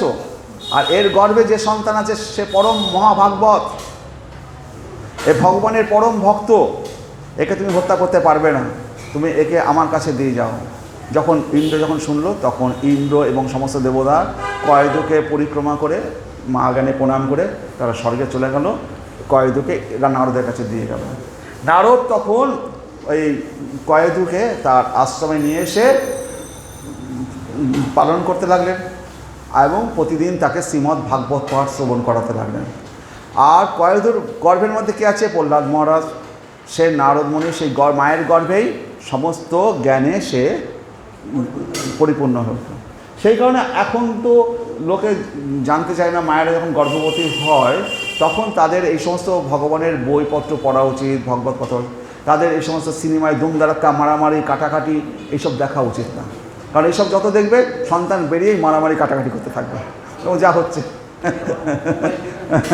আর মোবাইল খেলছে, মা খেলে শিখেছে, জন্ম থেকে ও মোবাইল নিয়ে বেরোবে, হরে কৃষ্ণ, মোবাইল চাই। আমি তো সেদিকে দেখলাম একটা বাচ্চা মেয়ে রাস্তার ধারে বসে, স্কুল ফেরত রাস্তার ধারে বসে কাঁদছে, মনে বড় কেউ, সবাই মিলে ধরেছে, কেন কাঁদছে? বাড়ি যাবে না কেন কাঁদছে? না, আমাকে আইফোন দিতে হবে, আইফোন দিতে হবে। পুলিশ এসছে, লাস্টে ওকে বাচ্চাটাকে তুলে নিয়ে গেলো। এই কত বয়স? 10-12 বছর বয়স। হয়তো 4-5-এ পড়ে, হ্যাঁ, স্কুলের বাচ্চা মেয়ে, তার আইফোন চাই। কোনো বড় লোকের ঘরে হয়তো ফোন দিয়েছে, এতদিন খেলেছে, এখন হয়তো বাবা মা কেড়ে নিয়েছে। এবার স্কুল থেকে যাবে না বাড়ি, মাঝ রাস্তায় বসে বসে কাঁদছে, আমাকে আইফোন দাও, তাহলে আমি খুশি। হরে কৃষ্ণ। এবার 100 বছর যখন সে তপস্যা করছে এই হিরণ্যকশিপু, আর ওদিকে তো প্রহ্লাদ মহারাজ তার কয়ধুর গর্বে রয়েছে, এবং ততদিন সে মায়ের গর্বেই ছিল যতদিন আমাদের হিরণ্যকশিপু তপস্যা থেকে ফিরে আসছে। এবং এমনভাবে তপস্যা করছে যে স্বর্গের, পৃথিবী, সমস্ত জায়গায় ভূমিকম্প হচ্ছে, আগুনের উল্কা বইছে, মানে স্বর্গের দেবতারা থাকতে পারছে না। তখন ব্রহ্মার কাছে গেল দেবতারা, আপনি একটু ব্যবস্থা করুন, কী অবস্থা, এমন তার তপস্যা, তার বল। তখন ব্রহ্মা বলল, ঠিক আছে আমি যাচ্ছি, যে দেখি। যে দেখছে যে হিরণ্যকশিপু তপস্যা করছিল তার গায়ের চামড়া, মাংস সব কীট পোকামাকড় সব খেয়ে নিয়েছে। এক পায়ের আঙুলের উপর দাঁড়িয়ে তপস্যা করছিল এভাবে, হ্যাঁ, তার হাত, শরীরে কিছু নেই, হাড় গরু প্রায় 90% সব শেষ হয়েছে। তখন ভগবান এসে দেখছেন যে এই ঝোড় জঙ্গলের মধ্যে পড়ে আছে। তখন ব্রহ্মা তখন তার কমণ্ডল থেকে জল ছিটে দিল। তখন সাথে সাথে সেই বিরাট অসুর হিরণ্যকশিপুর সৃষ্টি হলো। তার গা সেই হিরণ্য মানে কি? হিরণ্য মানে হচ্ছে সোনা, গোল্ডেন কালারের হিরণ্যকশিপু। তো হিরণ্যকশিপুর সৃষ্টি হলো, এবং সে তখন ব্রহ্মাকে বলল, আমাকে অমর বর দিতে হবে, নইলে আমি আবার তপস্যা করব, আবার তোমাদের স্বর্গের কেউ ঘুমাতে পারবে না। তখন বললো ঠিক আছে, কিন্তু ব্রহ্মা বললো, আমি নিজেই অমর নই, আর তা তোমাকে কি করে অমর দেবো? আমি যদি অমর হতে পারতাম তবে তো তোমাকে অমর দিতে পারতাম, তো আমি তো অমর নই। আর দেবতারা ওই ইয়ে খেয়েছে বলে, আমাদের অমৃত খেয়েছে বলে তারা কিছুটা অমর হয়েছে, তাদেরও প্রলয়ের সময় তাদেরও খোঁজ পাওয়া যায় না। তো আমি নিজে অমর নই, তো কী করে অমর দেবো? তখন হিরণ্যকশিপু বলল যে একটা প্ল্যান বের করলো, বলে তাহলে একটা আমাকে এই বর দিন, আপনার সৃষ্ট কোনো প্রাণী থেকে আমার মৃত্যু হবে না। আপনি তো সমস্ত পৃথিবীর প্রাণী সৃষ্টি, আপনার সৃষ্ট প্রাণী থেকে কোনো আমার মৃত্যু হবে না। গৃহের অভ্যন্তরে অথবা বাইরে, ঘরের মধ্যে অথবা বাইরে আমার মৃত্যু হবে না। দিনের বেলা এবং রাত্রিবেলা আমার মৃত্যু হবে না। ভূমিতে বা আকাশে আমার মৃত্যু হবে না। আপনার সৃষ্ট জীব ছাড়াও অন্য কারোর দ্বারা, কোনো অস্ত্রের দ্বারা, কোনো মানুষের দ্বারা অথবা পশুর দ্বারা যেন আমার মৃত্যু না হয়। তাহলে দেখা গেল যে তার তো অমরই হয়ে গেল। দিনের বেলায় মরবে না, রাতের বেলায় মরবে না, ঘরে মরবে না, বাইরে মরবে না, কোনো অস্ত্রের দ্বারা মরবে না, ব্রহ্মার সৃষ্ট কোনো জীব দ্বারা মরবে না, পশুর দ্বারা মরবে না, মানুষের দ্বারা মরবে না, হ্যাঁ, সাপের দ্বারা মরবে না। এই সমস্ত কিছু থেকে যদি মৃত্যুই না হয় তাহলে তো অমরই হয়ে গেল। আমরা তো মূর্খ, আমরা ভাবি কি আমরা বোধহয় এই সমস্ত করে অমর হয়ে যাব, কিন্তু ভগবান যে কী জিনিস, তার কাছে সমস্ত কিছু যত রকম ইয়ে আছে তার একটা করে তার ফাঁক ছেড়ে রেখে দেয়। তার মানে যত, মানে আমাদের বলে না অনেক আইন আছে, আইনের ফাঁক আছে। তো ভগবানের কাছে, ভগবানের বিরুদ্ধে আমরা যতটাই করি না কেন, কখনোই ভগবানের সাথে আমরা পেরে উঠবো না। সেটা দেবতারা বুঝেছিল, সেই কারণে তারা দেবতার ভগবানের শরণাগত। কিন্তু অসুরেরা সেটা বোঝেনি। ওরা দুই ভাই, দুই মায়ের ছেলে, একটা দিতি আর অদিতি। তো অদিতির ছেলেরা হচ্ছে দেবতা, আর দিতির ছেলেরা হচ্ছে রাক্ষস। এই অসুররা হচ্ছে দিতির ছেলে, একই বাবা একজন, মা দুজন। তো অদিতির ছেলেরা হচ্ছে দেবতারা, আর দিতির ছেলেরা হচ্ছে রাক্ষসেরা, অসুরেরা। তো ওরা তো একই বাবার ছেলে নেই, কিন্তু একজন ভগবানকে শরণাগত আর একদল ভগবানের শরণাগত নয়। যারা শরণাগত নয় তাদের জন্য দুঃখ অবিরাম। হরে কৃষ্ণ। এবার হিরণ্যকশিপু এতগুলো বর পাওয়ার পরেই স্বর্গ সব দখল করে নিল, একবার তার সৈন্য দিয়ে সমস্ত কিছু দখল করে নিল। এবার কি হয়েছে, তো স্বর্গের দেবতারা, মানে ইন্দ্র থেকে শুরু করে সমস্ত দেবতারা হিরণ্যকশিপুর রাজ দরবারে এসে হাত জোড় করে দাঁড়িয়ে থাকতো, প্রভু আদেশ করুন, আমার আমার কী কাজ করতে হবে। তো হিরণ্যকশিপুর রাজত্বের সময় মানে সোনা দানা ভরে গেছিলো তার সম্পদে। তারপরে তোমার সমুদ্র থেকে সম্পদ উঠত, খনিজ পদার্থ উঠত, মানে ফল মূল, মানে কারণ কি সমস্ত দেবতারা তার সেবায় নিযুক্ত ছিল, তার মানে হিরণ্যকশিপুর ভয়ে, এই বুঝি আমাকে এদিক ওদিক করে দেয়। আর হিরণ্যকশিপুর একমাত্র তিনজন বাদে, তিনজনকে ব্রহ্মা, শিব এবং বিষ্ণু ব্যতীত সমস্ত দেবতারা হিরণ্যকশিপুর সেবায় যুক্ত ছিল।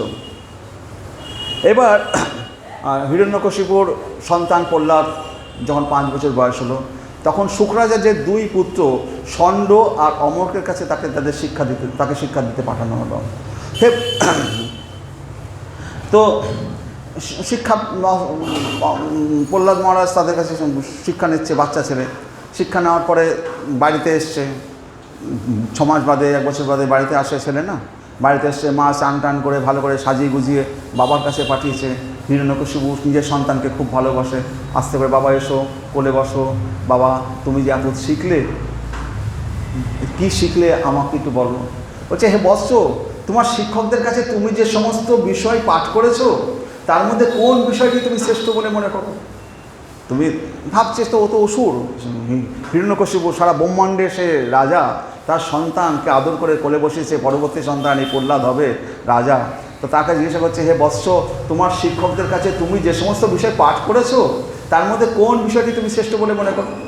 তো প্রহ্লাদ তো তার আগে নারদমুনির সব লেকচার শুনে নিয়েছে পেটের মধ্যে বসে মায়ের।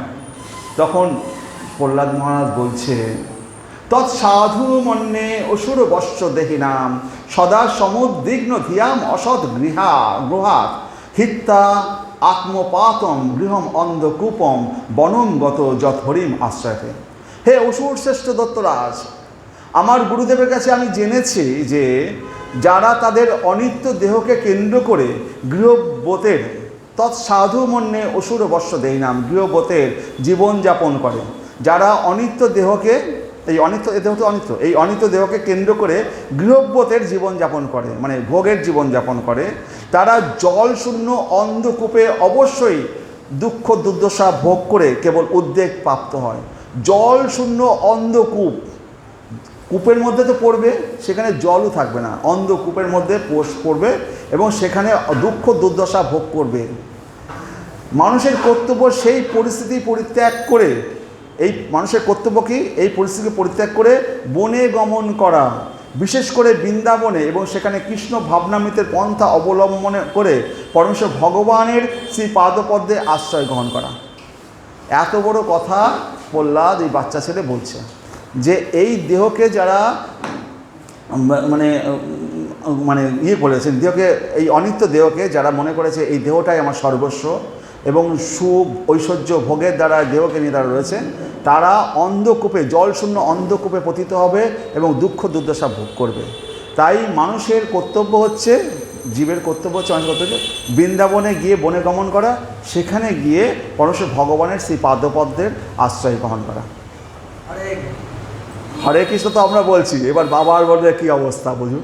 হিরণ্যকশিপু বলছি, কী শুনছি ছেলের কাছ থেকে, একে কোন বিষ্ণুদূতরা এসে একে এরকম ভুলভাল শিখিয়ে দিয়ে গেল। আর হিরণ্যকশিপু জানে তার ভাই হিরণ্যাক্ষকে বিষ্ণু বধ করেছেন, আর সেই বিষ্ণুর কিনা প্রশংসা করছে আমার ছেলে হয়ে। এ তো ঘরের মধ্যে স্বয়ং বিভীষণ, আর এই 5 বছরের বাচ্চা। হ্যাঁ, যা ডাকো স্বর্ণমুণ্ডকে, আমার ছেলেকে কী শিখিয়েছে।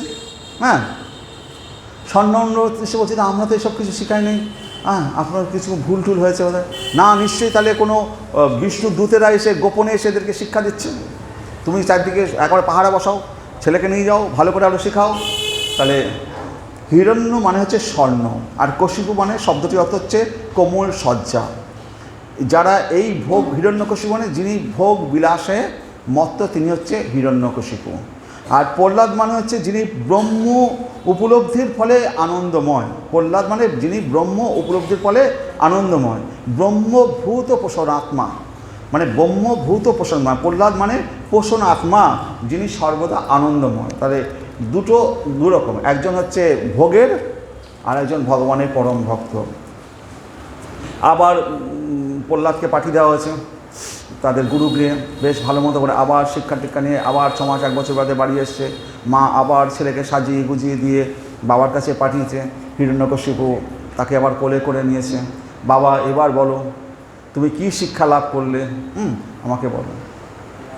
প্রহ্লাদ মহারাজ বলছে, শ্রবণম কীর্তনম বিষ্ণু শরণম পাদ সেবনম অর্চনম বন্দনম দাস্যম সক্ষম আত্মনিবেদনম।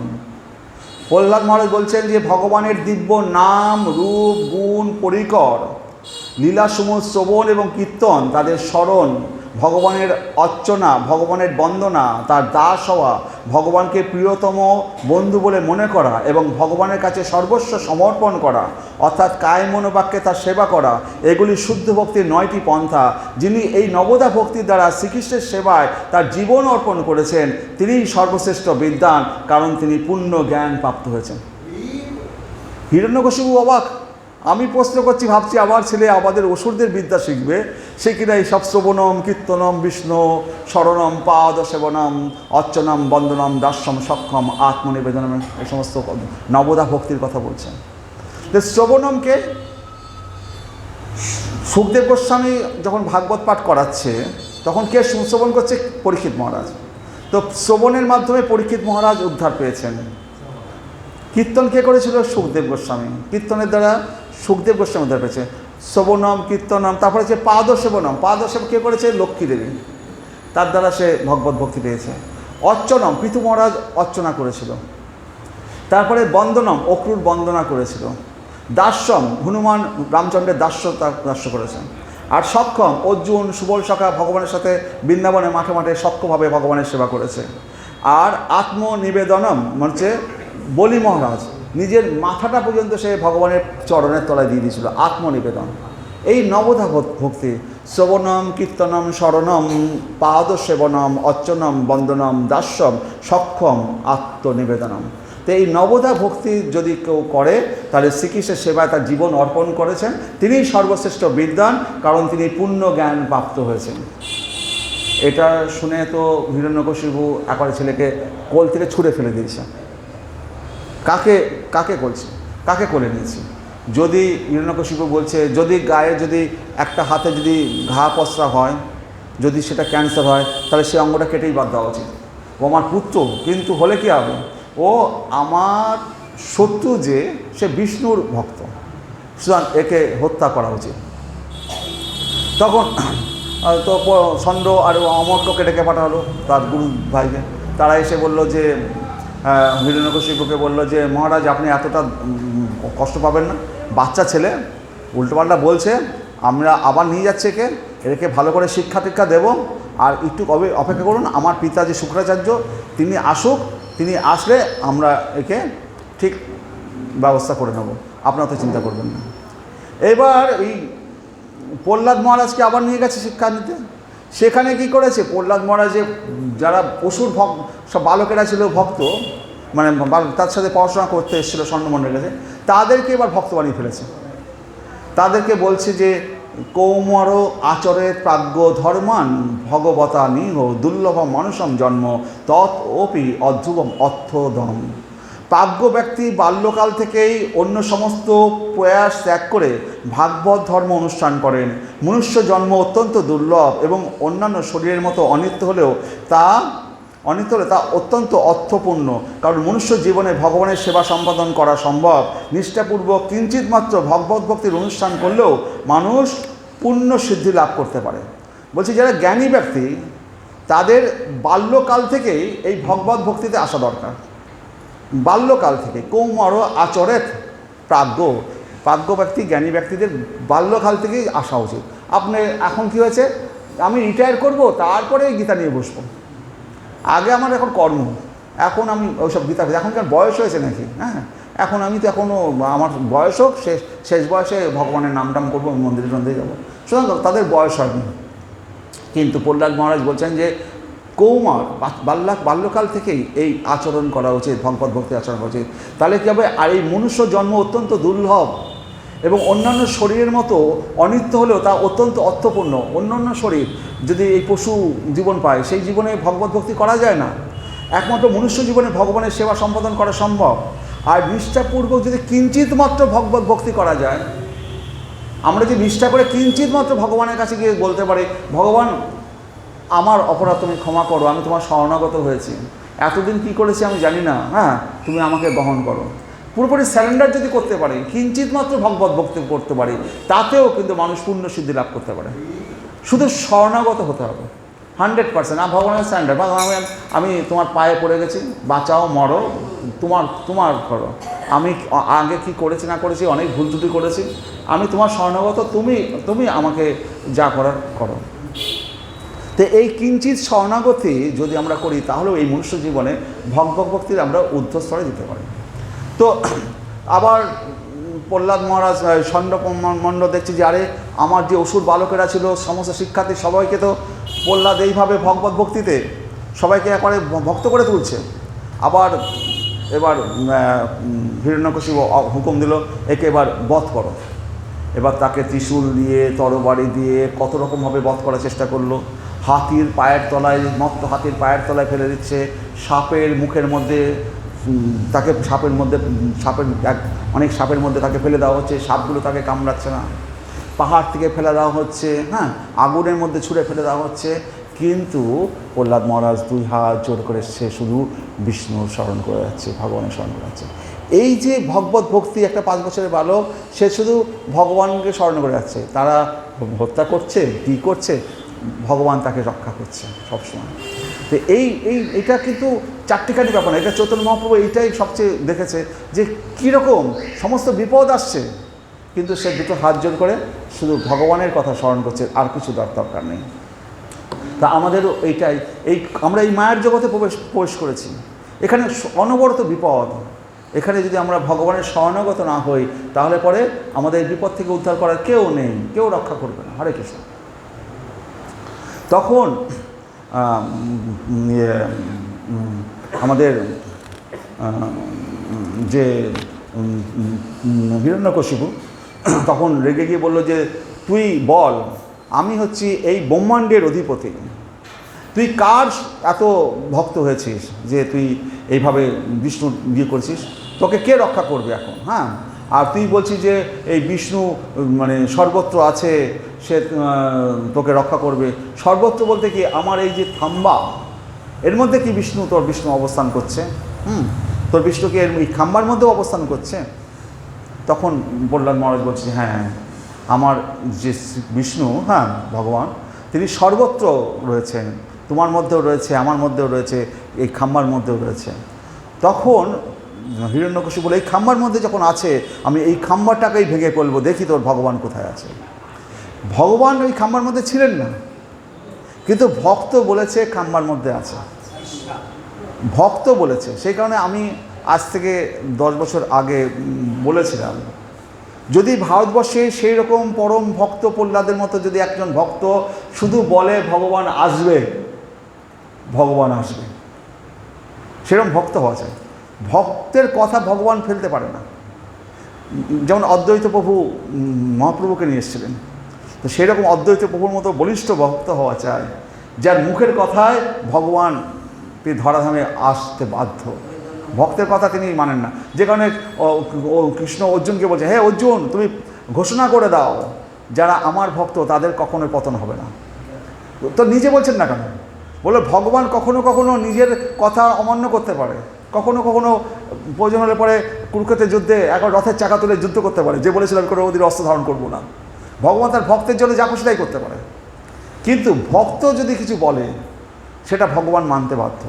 যা মাত্র ভক্ত বলেছে যে খাম্বার মধ্যেই ভগবান আছে, সেই খাম্বাকে যখন হিরণ্যকশিপু ভেঙেছে, সেইখান থেকে সেই নৃসিংহ অবতার, যে স্বয়ং সিংহও নয় মানুষও নয়, সেই ভয়ঙ্কর নৃসিংহ অবতার, স্বর্ণ উজ্জ্বল তার দেহ, সারা পৃথিবী তার জ্যোতিতে কম্পিত হচ্ছে, থরহরি কম্প, সেই নৃসিংহ অবতার খাম্বা থেকে বেরিয়ে আসলেন। বেরিয়ে এসে এবার হিরণ্যকশিপুর সাথে যুদ্ধ শুরু করলেন। হিরণ্যকশিপু ভেবেছিল যে অস্ত্র সে বেরিয়েছে, আমার সাথে কী পারবে। হিরণ্যকশিপু তা ভেবেছিল, কিন্তু সে পারছে না।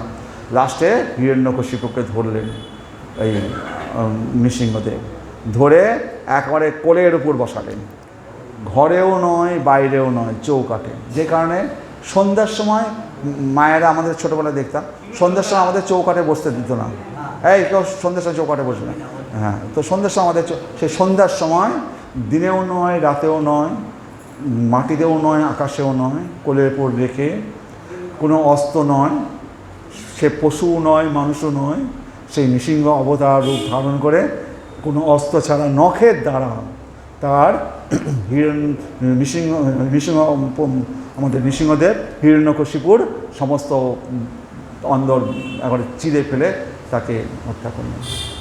হত্যা করার পরে হিরণ্যকশিপু মানে আমাদের বলতে হবে যে এই হিরণ্যকশিপু যে তিনি ভক্তের ভগবান। ভক্ত যদি আঘাতপ্রাপ্ত হয় তাহলে তিনি সেটা সহ্য করেন না। সেই জন্য আমরা বারবার বলি যে যাদের নানা রকম বিপদ আসে বাড়িতে, তারা যদি নৃসিংহ কবচ পড়েন, হ্যাঁ, তাহলে পরে তাদের প্রতিদিন যদি একবার নৃসিংহ কবচ পড়েন তাদের সমস্ত বিপদ কেটে যায়।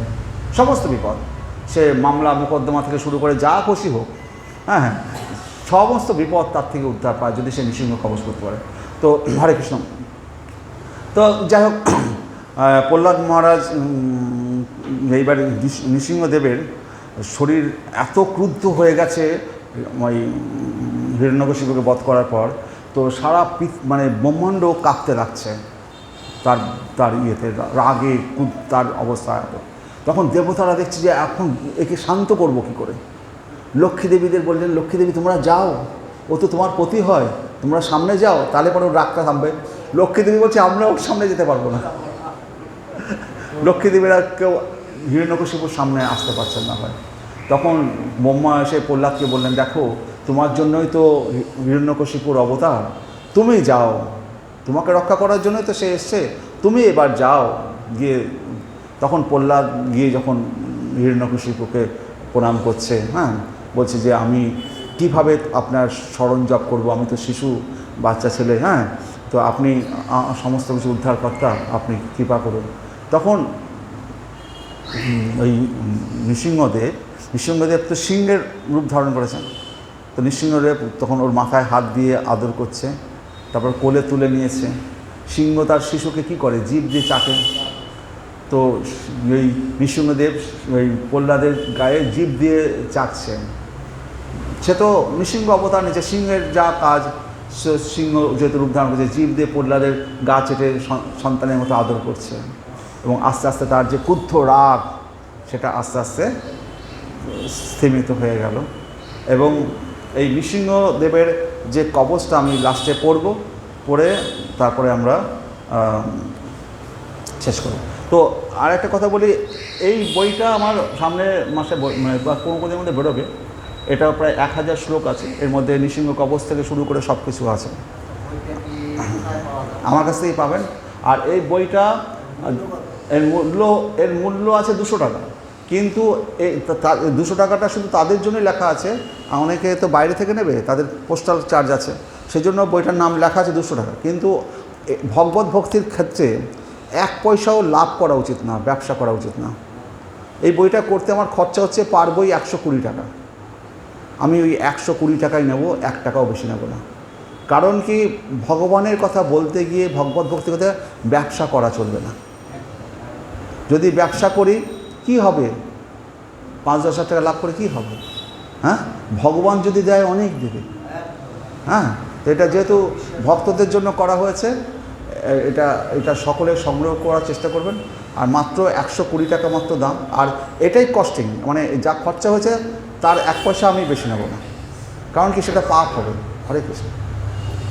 তো আমরা নৃসিংহ কবচ পড়ব। হরে কৃষ্ণ।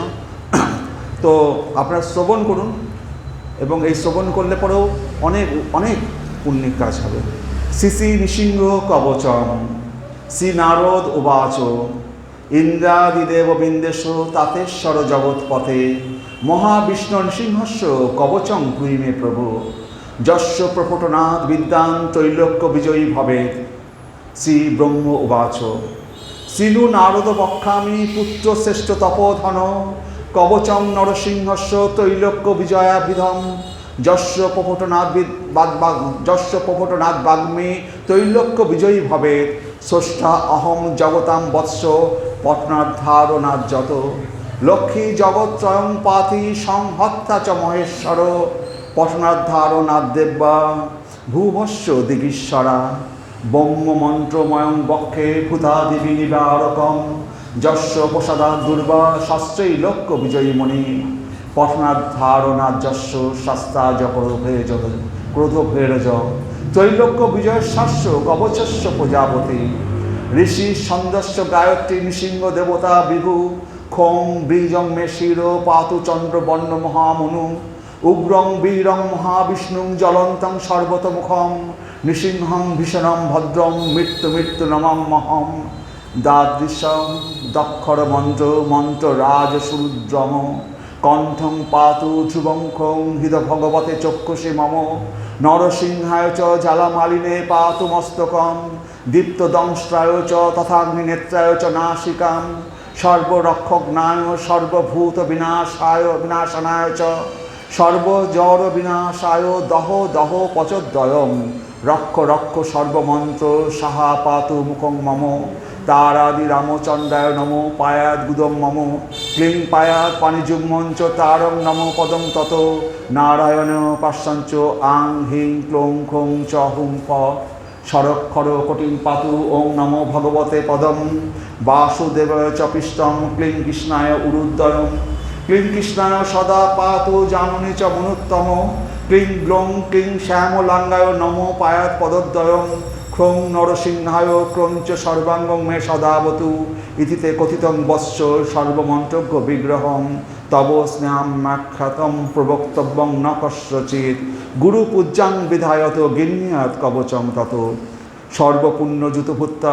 সর্বসিদ্ধিযুত ভবেৎ, শতমষ্টন্ত্রঞ্চৈব পুরশ্চর্যা বিধিস্মৃত, হবানাদীন দশাংশেন কীর্তা সাধক সত্তম, ততস্থ সিদ্ধ কবচ পুণ্যাত্মা মদনপম, স্পর্ধা মুদ্ধয় ভবনে লক্ষ্মীবাণী বসে তত, পুষ্পাঞ্জলষ্টকং দত্তা মূলে নৈব পঠেৎ সকৃত, অপি বর্ষ সহস্রানাং পূজয়া ফলমাপ্নুয়াৎ, ভুজ্যে বিলিক্ষ গুটিকাং সন্ন্যাস্তাং ধারয়ের যদি, কণ্ঠে বা দক্ষিণে বাহ নরসিংহ ভবেৎ স্বয়ং, যশিদ বাম ভুজে চৈব পুরুষ দক্ষিণে করে, বিব্রিয়াৎ কবচং পুণ্যং সর্বসিদ্ধিযুত ভবেৎ, কাকবন্ধা চজা নারী মৃতবৎসা চজা ভবেৎ, জন্মবন্ধা নষ্টপুত্রা বহুপুত্রবতী ভবেৎ, কবচস্য প্রসাদেন জীবন্মুক্ত ভবেন নর, ত্রৈলোক্য ক্ষোভত্যেব ত্রৈলোক্য বিজয়ী ভবেৎ, ভূত প্রেত পিশাচাস্য রাক্ষসা দানবাশ্চ যে, তম দিষ্টা প্রপলায়ন্তে দেশা দেশান্তরম ধ্রুবম, যস্মিন গেহে চ কবচম গ্রামে বা যদি তিষ্ঠতে, তম দেশন্ত পরিত্যাজ্যং প্রজাতি চাতি দূরত, এটি শ্রী শ্রী ব্রহ্ম সংহিতায় ত্রৈলোক্য বিজয়ং নাম শ্রী শ্রী নৃসিংহ কবচম। হরে কৃষ্ণ। তো আপনারা এই নৃসিংহ কারোর সমস্যা থাকুক আর না থাকুক, এটা যদি সকলে প্রতিদিন পাঠ করেন, একবার যদি পাঠ করেন, আপনাদের জীবনে যত রকম বাধা বিঘ্ন যা কিছু আছে সমস্ত কিছু থেকে আপনারা উদ্ধার পাবেন। ওই জ্যোতিষীর কাছে যেতে হবে না, আর কোনো তন্ত্রমন্ত্র কাছে কারো কাছে যেতে হবে না। যদি এটা পাঠ করেন, যত রকম বিপদ অশান্তি যা কিছু আছে, আর পারলে যদি নিরামিষাশী হতে পারেন তাহলে খুব ভালো। তো এটা এই জন্য এটা অনেক সময় যারা নিরামিষাশী তাদেরকেই পাঠ করতে বেশি বলা হয়, আর যারা বিপদ পড়বে তারা অবশ্যই বলবো তারা পাঠ করবেন, তারা সবাই রক্ষা পাবেন। তো এইভাবে নৃসিংহদেবের ফটো একটা বাড়িতে রাখবেন। নৃসিংহদেবের ফটো আপনারা জানেন তো, নৃসিংহদেবের ফটো পাওয়া যায়, ছোটো একটা ফটো আপনাদের পুজোর ওখানে রাখবেন। কারণ নৃসিংহদেব ভক্তকে রক্ষা করে, ভক্তকে রক্ষা করে। হরে কৃষ্ণ কৃষ্ণ কৃষ্ণ হরে হরে, হরে রাম রাম রাম হরে হরে। যারা ভগবানের ভক্ত তাদের তো বিপদ বেশি, জেনে রাখবেন ভক্তদের বিপদ বেশি, কারণ ভগবান সবসময় তাকে পরীক্ষা করতে চাবে, তার ক্ষেত্রেই বিপদ বেশি আসে। যারা অসুর কুলের লোক তারা দেখবেন তাদের কোনো বিপদ নেই, তারা কোটিপতি হয়ে যাচ্ছে, আর যারা ভগবানের ভক্ত তাদের হাজার বিপদ। তো সেই কারণে আমরা যদি নৃসিংহ কবচ পড়ি তাহলে পরে আর ভগবানের শরণাগত থাকি, সমস্ত বিপদ থেকে। তিনি তো পরীক্ষা করার জন্য আমাদেরকে বিপদগুলো দেন না, যাতে আমরা সেই বিপদগুলো উত্তোলন করতে পারছি কিনা, হ্যাঁ আমরা ভগবানের শরণাগত হচ্ছি কিনা সেটা পরীক্ষা করতে চান। হরে কৃষ্ণ। ওম নমো ভগবতে বাসুদেবায় নমঃ। হরে কৃষ্ণ কৃষ্ণ।